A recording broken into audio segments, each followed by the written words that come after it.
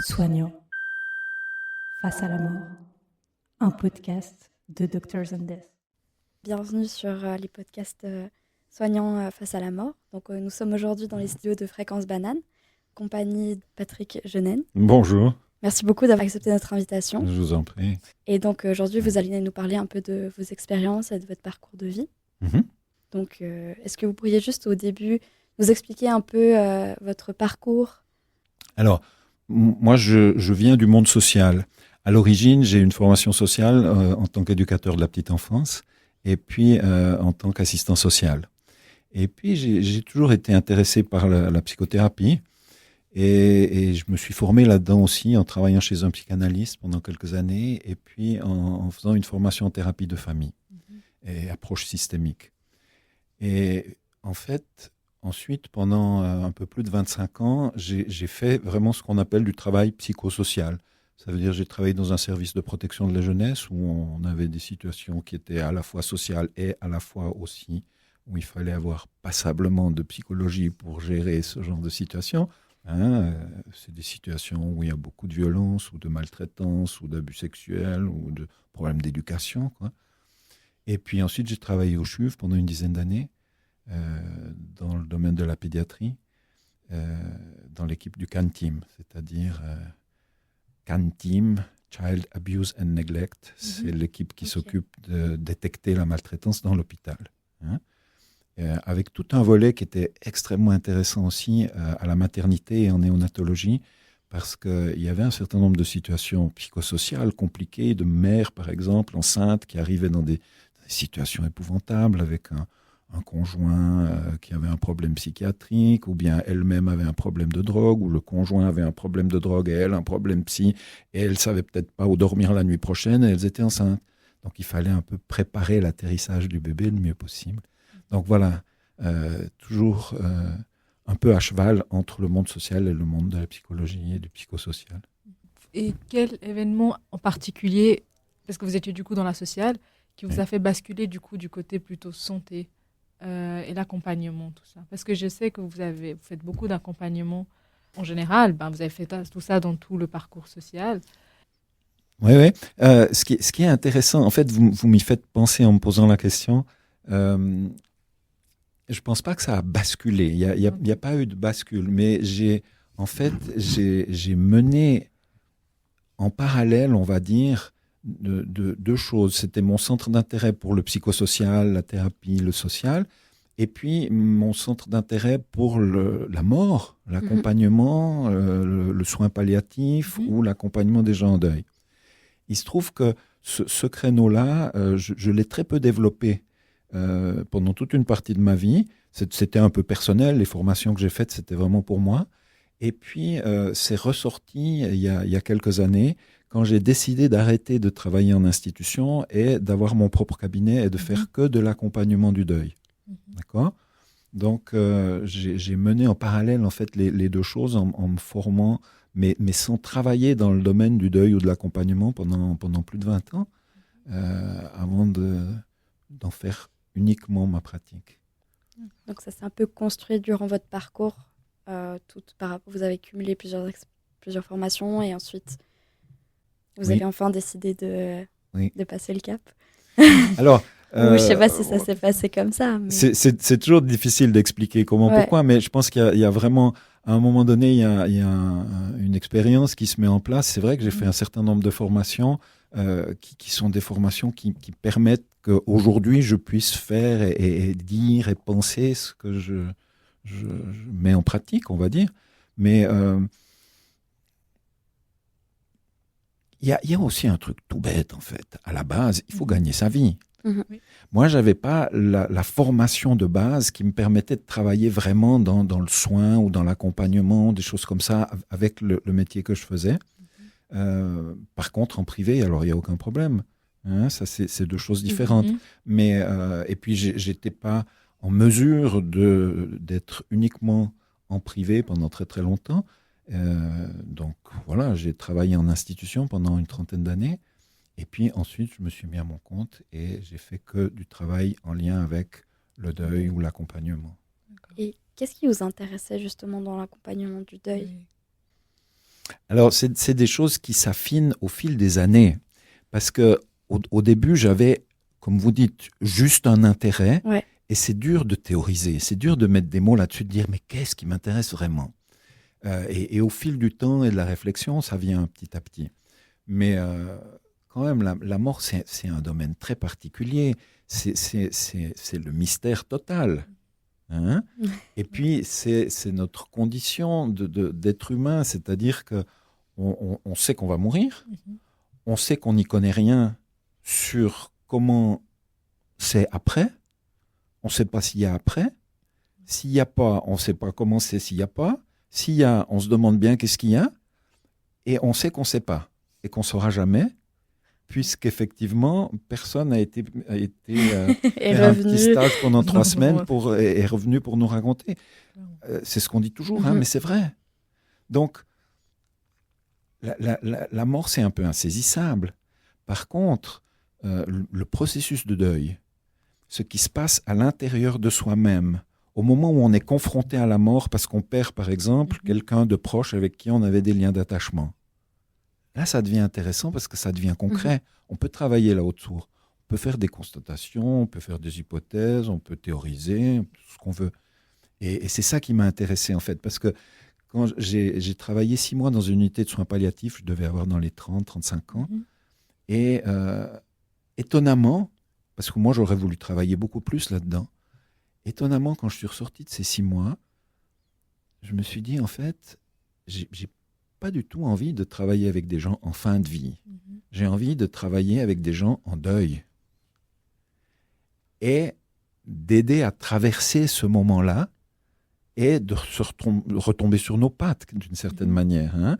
Parce que vraiment, moi, je suis absolument convaincu que le deuil, c'est comme d'être malade ou d'être accidenté, c'est un statut temporaire. On n'est pas malade toute sa vie. Hein? On est malade, on se soigne, on va de nouveau bien, puis on continue. On tombe peut-être malade une 2e fois, mais bon, voilà. C'est pas permanent d'être malade ou d'être accidenté. On a un accident, on se soigne, on retrouve la santé, etc. Et le deuil, c'est pareil. Sauf que le deuil, ça touche la mort. Donc, ça fait un peu plus flipper. Et on est un peu plus coincé dans le dialogue avec ça, etc. Mais je trouvais important vraiment de pouvoir accompagner ce moment-là. Et est-ce qu'il y a une expérience justement qui vous a marqué dans votre... Quand j'ai travaillé dans cette unité de soins palliatifs, je voyais régulièrement des gens. Et il y avait une petite dame qui était d'origine suisse-allemande, qui avait encore un bon reste d'accent. Et on avait un bon feeling tous les deux. Et quand j'arrivais dans sa chambre, elle disait « Ah, voilà le Pestalozzi ». Donc, elle m'avait un peu identifié comme qu'est-ce qu'il faut dire? Pestalozzi, c'était un pédagogue, c'était un éducateur, c'était quelqu'un qui recueillait les orphelins pour les éduquer, leur donner un métier, etc. Mais bon, alors j'étais son Pestalozzi. Mais c'est pas quelqu'un que j'ai vu énormément parce qu'elle avait beaucoup de famille, donc elle avait beaucoup de visites, j'avais pas besoin d'aller très souvent. Par contre, étonnamment, un jour que j'avais congé, le soir, vers 8h, j'ai énormément pensé à elle. Et ça m'a beaucoup surpris parce que, quand tu as congé, en principe, on ne pense pas forcément à ses patients ou aux gens qu'on voit. Et c'était tellement fort. J'ai pris la bagnole, j'étais au centre de soins continus où je travaillais à l'époque, le CESCO à Genève. Et j'étais la voir. J'ai frappé dans la chambre, je suis rentré. C'était le soir à 8h, il faisait déjà nuit. Et elle était là, toute seule dans sa chambre. Et elle respirait d'une manière. Elle était inconsciente. Et elle respirait d'une manière hyper angoissée. Hein, quand on entend la respiration de quelqu'un qui a peur, on sent tout de suite, il y a quelque chose de particulier. Ouais. Hein. Et vraiment, elle était là, inconsciente et visiblement avec de l'angoisse, de la peur. Donc j'ai pris une chaise, je me suis assis à côté d'elle, j'ai mis une main sur son épaule, sous la chemise de nuit, parce qu'il fallait vraiment être sur la peau, on sent la chaleur. Ben ouais, quand même, minimum. Et je suis resté là avec elle, à l'écouter respirer pendant une bonne heure. Et puis, vous savez comment c'est quand on respire, y a toujours un tout petit temps entre le haut de l'inspiration et le début de l'expiration. Puis quand on est en bas, on a toujours un tout petit temps aussi avant de recommencer à inspirer. On n'inspire pas en cycle continu comme ça. Et alors, ce temps de respiration entre la fin de l'expire et le début de l'inspire, ou inversement en haut, a commencé à s'allonger. Et j'étais là et je l'écoutais respirer. Et au bout de 3/4 d'heure, petit à petit, j'ai vraiment senti que ça s'allongeait beaucoup. Et il y avait presque un temps égal entre l'inspiration, le temps d'arrêt et l'expiration, et le temps d'arrêt et l'inspiration. Et ça s'allongeait tellement qu'au bout d'un moment, forcément, la question c'était, mais ça va remonter? Et quand elle était en haut, je me disais, ça va redescendre? Et il y a eu ça pendant peut-être 10 minutes ou quart d'heure. Puis au bout d'un moment, ça n'est pas remonté. Et c'était fini. Et ce truc le quart d'heure qui a suivi, dans mon ventre, j'ai eu comme si on m'avait donné des coups de poing dans le ventre. Hein? Alors, c'est intéressant, c'est ce qu'on disait tout à l'heure par rapport à la manière que chacun peut avoir de vivre la mort. Effectivement, la mort, c'est intangible, mais je pense que dans notre corps, on peut avoir plein d'informations et de signaux en lien avec ça, qui sont tout à fait intéressants. Et il y avait une violence et une force en même temps. À l'intérieur de moi, d'avoir vécu ce moment, c'était impressionnant. Mais est-ce que vous étiez seul dans cette situation? Après, vous étiez là, vous seul dans sa chambre quand elle est décédée. Oui. Mais après... Non, après, j'ai été chercher les soignants qui étaient là de garde. Hein, c'était la nuit, donc ça devait être 9-10 heures le soir. Donc, j'ai cherché l'infirmière de garde, qui était chercher le médecin de garde, qui est venu constater le décès, etc. Puis après, les choses s'enchaînent. Téléphone à la famille, etc. Oui. Et puis, ça vous a soulagé le fait qu'il y ait des gens qui sont venus après, ou bien ça n'a pas changé parce que vous étiez pris sur le moment? Alors, non, c'est très particulier parce que, en fait, c'est un peu un temps suspendu. Hein. Quand vous êtes seul la nuit dans une chambre avec quelqu'un inconscient qui est en train de mourir et où vous écoutez sa respiration pendant 1 heure. Moi, je méditais quasiment pendant ce temps-là. Je ne sais pas très bien ce que je faisais, mais j'étais en même temps super concentré sur ce qui se passait, en même temps en train de sentir comment je me sentais. Enfin, il se passe énormément de choses. C'est complètement bizarre. Et en même temps, c'est un moment d'une intimité inimaginable. Donc, à l'instant où il faut sortir de la chambre, parce qu'effectivement, il faut aller chercher l'infirmière qui va chercher le toubib de garde, ça casse tout ça. Je sors de ma bulle, finalement, de la bulle que j'avais avec cette femme. Hein. Donc, en fait, c'est ça le grand changement. Tout à coup, cette espèce de temps suspendu et de moments très, très particuliers, avec une intensité très particulière, il se désagrège, entre guillemets, parce qu'on entend le bruit des portes, il y a une infirmière qui arrive, il y a un toubib qui vient, il parle fort. Voilà. Parce que vous avez dit que vous n'étiez pas si proche que ça avec cette dame. Enfin, vous vous êtes pas rendu compte à quel point vous étiez attaché, on va dire, à cette dame avant cet événement-là, avant que vous sentiez cette envie, en fait, ce besoin d'aller la voir ce soir-là. Après je peux comprendre que ça vous a énormément affecté, et puis on parle de ça après des années, donc c'est pour ça que je me permets de poser cette question. Oui. Qu'est-ce que vous avez retenu, en fait, de cette expérience que vous avez vécue?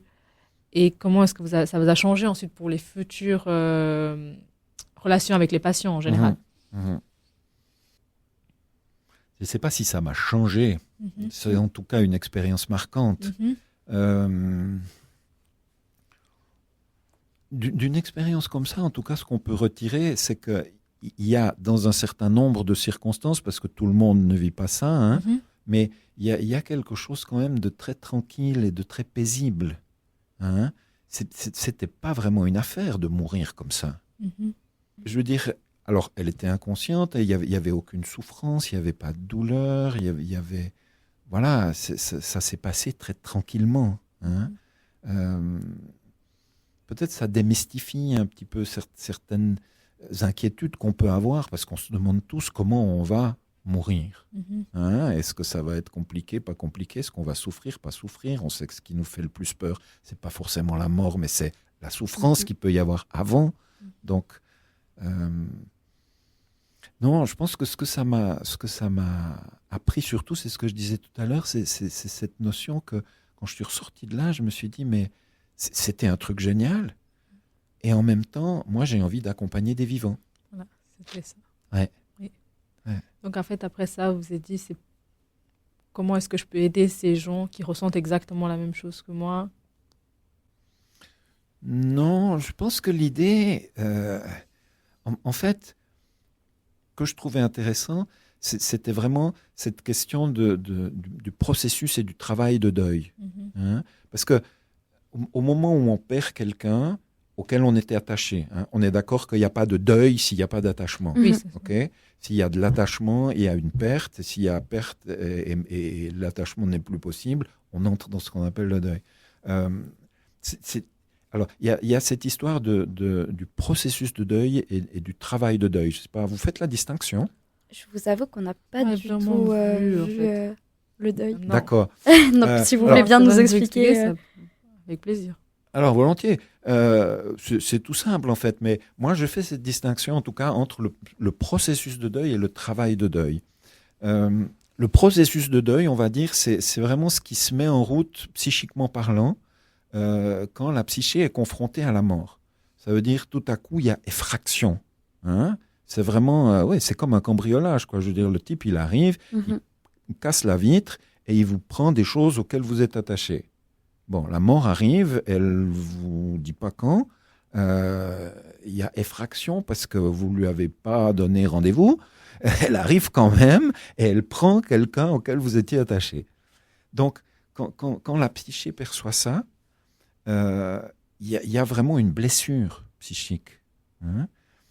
Et je pense qu'on peut faire l'analogie avec le somatique. Si vous vous coupez un bout du doigt bien profondément, juste qu'il n'y ait pas besoin de faire des points de suture, vous allez recouler les couches de peau, désinfecter complètement, mettre un bon sparadrap. Le jour d'après, vous allez mettre de la pommade cicatrisante. Mais quoi qu'il arrive, vous n'avez aucune maîtrise. Vous ne contrôlez pas le processus de cicatrisation.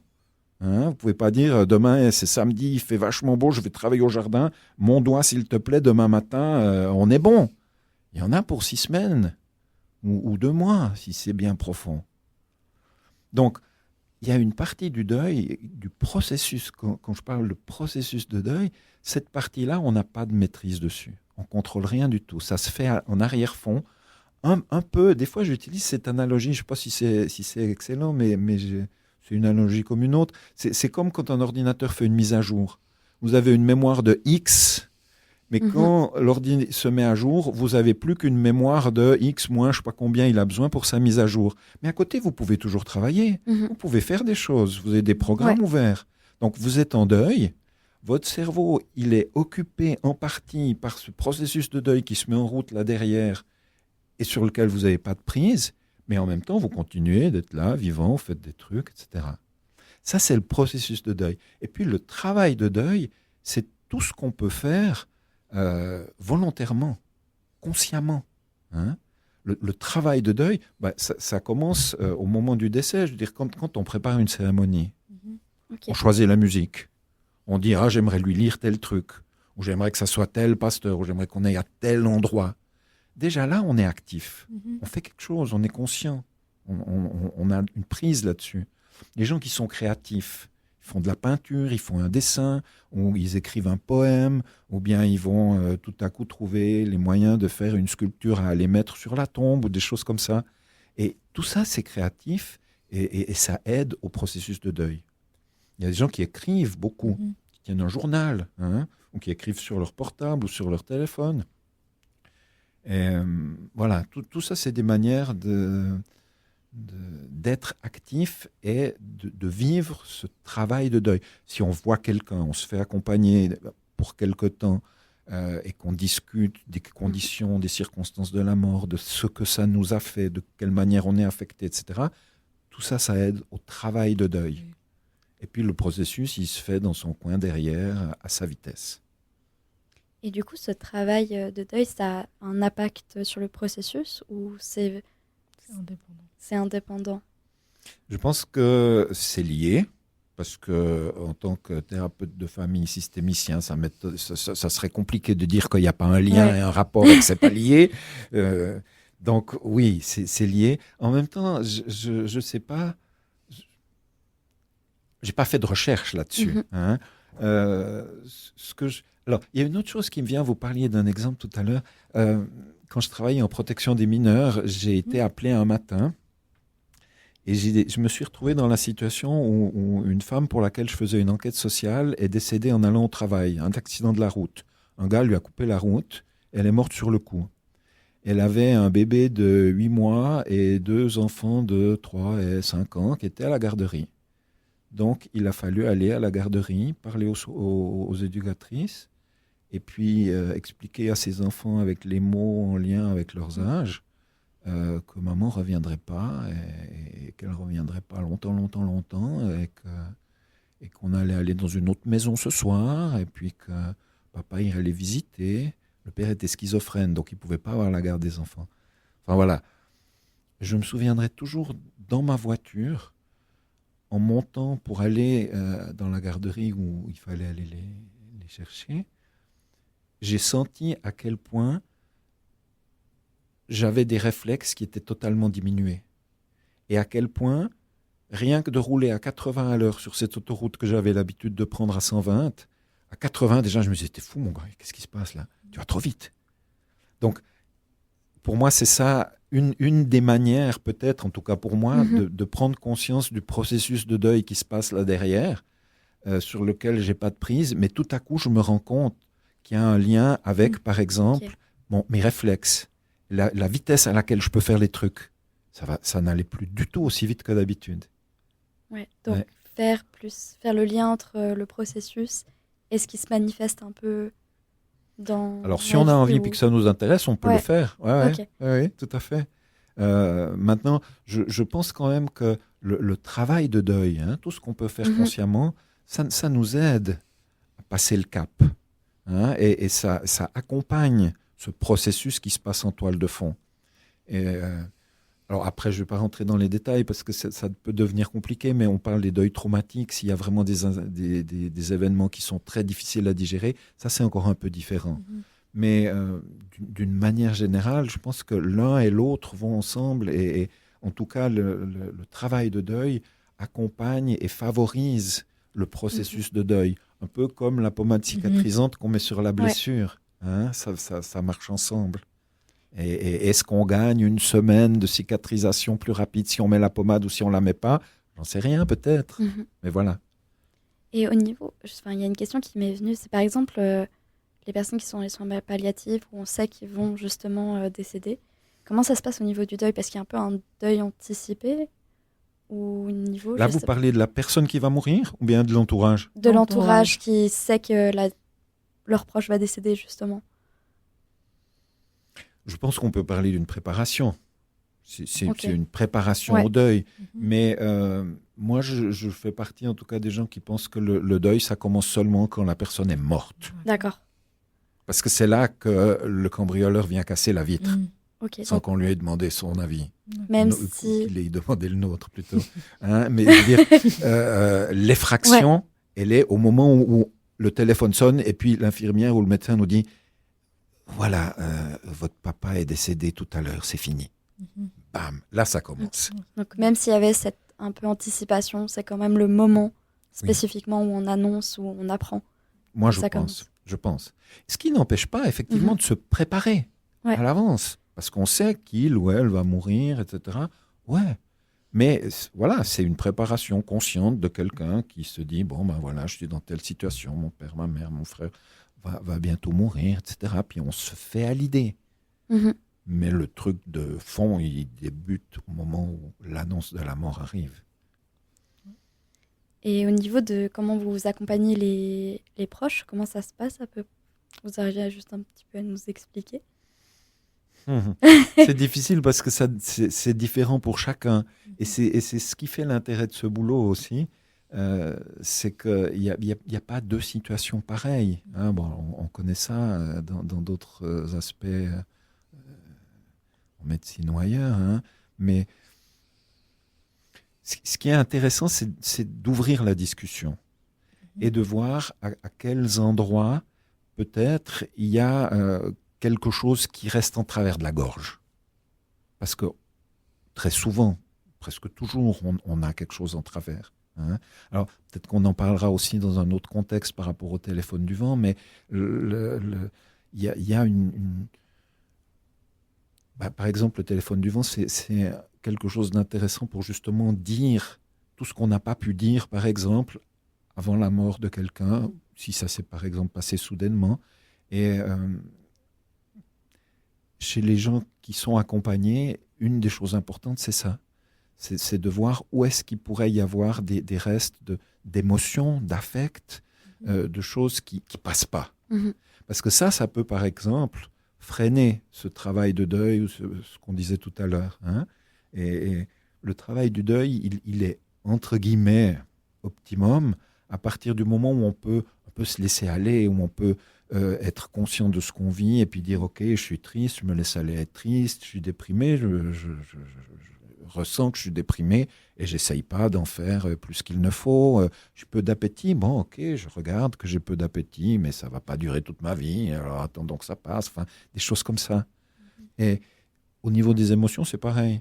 Si on peut laisser aller les émotions, si on peut dire ce qu'on a envie de dire, qu'on n'a pas pu dire, etc., des choses comme ça, tout ça c'est favorable pour faire ce processus de deuil qui est un peu comme un tunnel qu'on traverse et au bout duquel on retrouve de l'énergie, de la vitalité, de la lumière, etc. Et c'est ça qui est intéressant, en tout cas pour moi. Hein, c'est ce que je disais tout à l'heure, l'idée d'accompagner des vivants dans un processus où il y a... C'est pas une nouvelle identité. Hein, on trouve ça un peu tristement ou malheureusement de temps en temps chez certaines personnes qui sont tellement en deuil et qui étaient tellement accrochées qu'elles vont rester en deuil toute leur vie, peut-être. Elles vont s'habiller tout en noir, comme si on est en deuil toute leur vie. Elles vont pas retrouver de conjoint, elles vont pas avoir envie de retrouver ou un conjoint ou une conjointe, etc. On pourrait aussi faire que le fait d'être endeuillé, ça devienne notre nouvelle identité. C'est tout à fait possible. Moi, je pense que c'est pas très vitalisant, puis que c'est un peu dommage. Mais voilà, il y a des gens qui aussi peut-être des fois pensent qu'ils n'ont pas le choix ou sont dans des trucs tellement durs avec justement, comme on disait avant, peut-être un traumatisme, des choses qui sont tellement difficiles à dépasser que ben voilà, on garde cette identité toujours. Pour moi, l'idée en tant que thérapeute, ce serait de dire faisons en sorte que ça ne devienne pas une identité et que ça soit vraiment quelque chose de temporaire et de passager. Merci beaucoup en tout cas.